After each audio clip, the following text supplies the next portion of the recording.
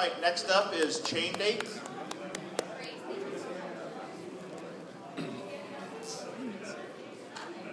Welcome. Take it away. Thank you. Happy to be here.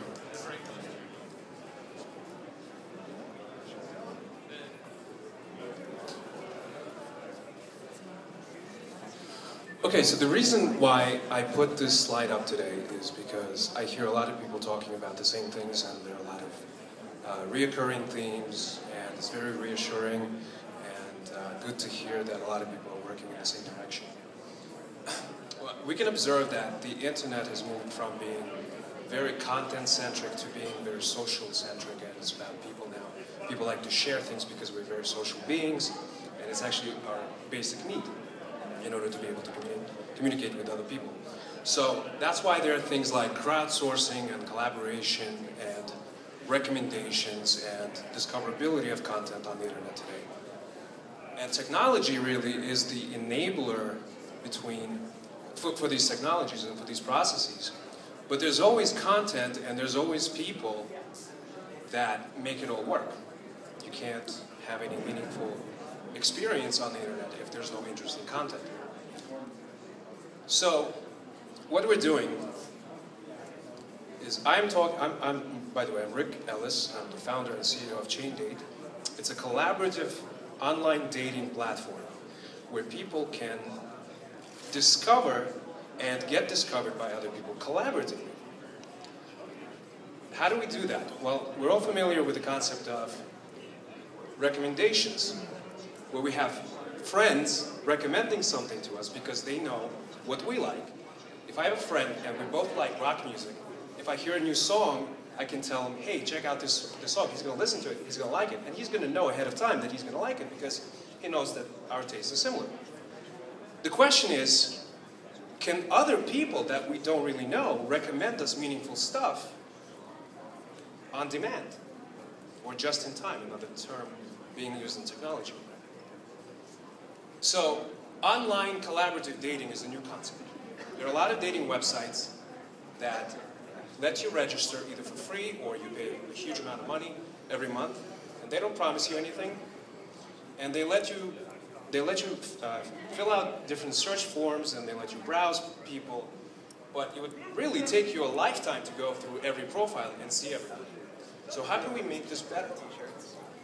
What if there were people that were very similar to you in taste, and we knew that they're looking pretty much for the same stuff that you're looking for? See, it's like having multiple clones of you running around the internet and looking for content, and inadvertently and randomly they're going to discover something interesting. And because we know that they're similar to you in taste, we treat them as your proxies. So the technology is actually called discovery by proxy, and it's a patented, well, I should say it's patent-pending technology. It's called discovery by proxy. And what it does is it runs on the cloud and is highly, massively scalable across space and time because we can, on demand, get as many services as we need to process the queue. And because it's deferred in execution, because we put things in the queue, it'll get done whenever it gets done. And we need that because we're processing a lot of information in real time. We're actually comparing all of your ratings as you rate people and comparing them to other users in the system so that we can maintain a list of proxies for you. So on this diagram, you can see that there are three guys that they're similar to each other, and we actually store the correlation ratio between all the people, all the proxies. And so when two of your proxies, see a girl that they like, we know that you might like her. But at that point, we don't know if she's going to like you, because her taste vector could be in a totally different direction. So what we do is we show your picture to two of her friends, two proxies, and if they give you thumbs up, you're a match. And the way that we present new profiles to people is through a screen like this. It's called the mingling screen, where all you do is you randomly look at profiles, and you can look at the slideshow of their pictures, you can look at their bio, and you say, this is my type or this is not my type. And as you keep doing that, your taste is being maintained by the system and being compared to other people. So finally, when you see the matches, because it's bilateral matching, you see only the faces that you're bound to like because of the similarity in taste to the people that recommend them. And because these people also like the type of person that you are. We have a freemium membership model. So basically we allow people to register for free and mingle and get matched. But you cannot connect to anyone until you pay an introduction fee, which is like $1. And what's $1, right? Today, I paid $7 yesterday for a cup of coffee at Starbucks, which was ridiculous. I couldn't believe it. So, the fundamental technology is applicable to other areas. And our plan is to also create other technologies, other platforms, such as an extension of Facebook where you can actually discover new friends.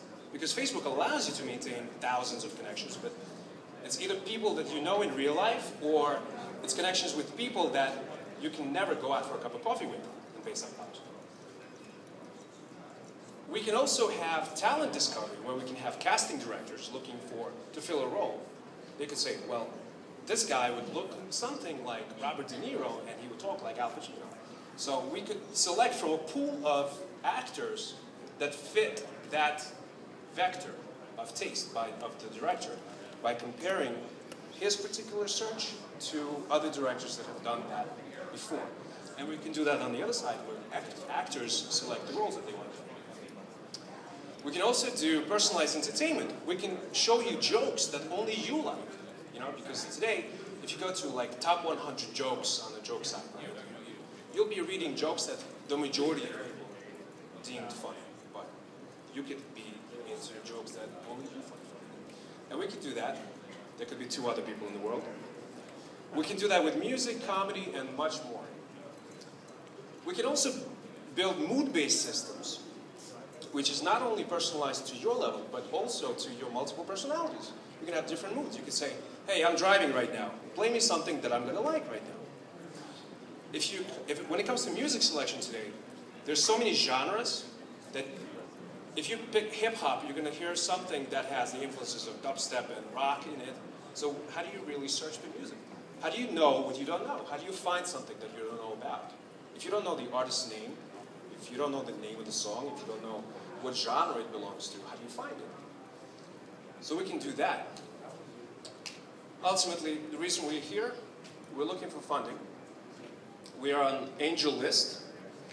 We're located in New York, right on Wall Street. And by the way, I have a background in financial services. I've been programming for the Wall Street for about 14 years, writing different trading systems and algorithm trading. So here we are. Thank you very much for your attention. Questions? Yeah, so the dating space is really crowded right now, right? It's, you know, you go on just to like the App Store, you look under the social category, you're going to see anything from Match, eHarmony, OkCupid, and so forth. How are you guys going to separate yourself, number one? And number two, in order for any of these other dating sites to have found success, they had to get critical mass, which is very, very difficult.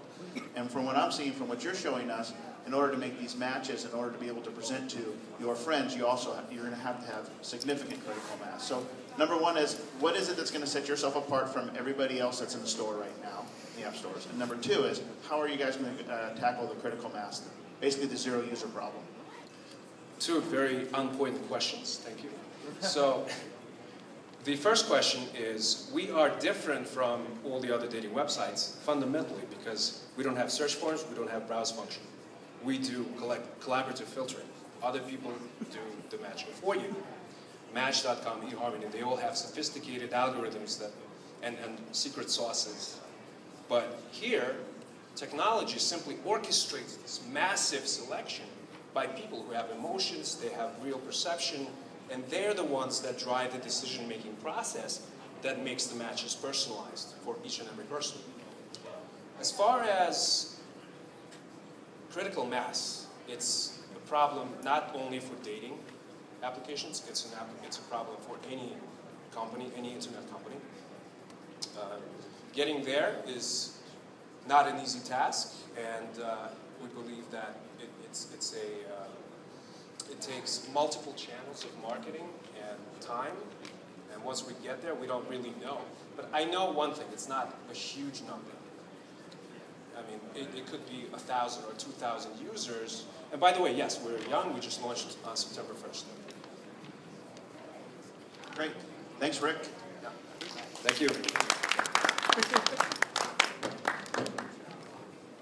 Okay, next up, Zoom files.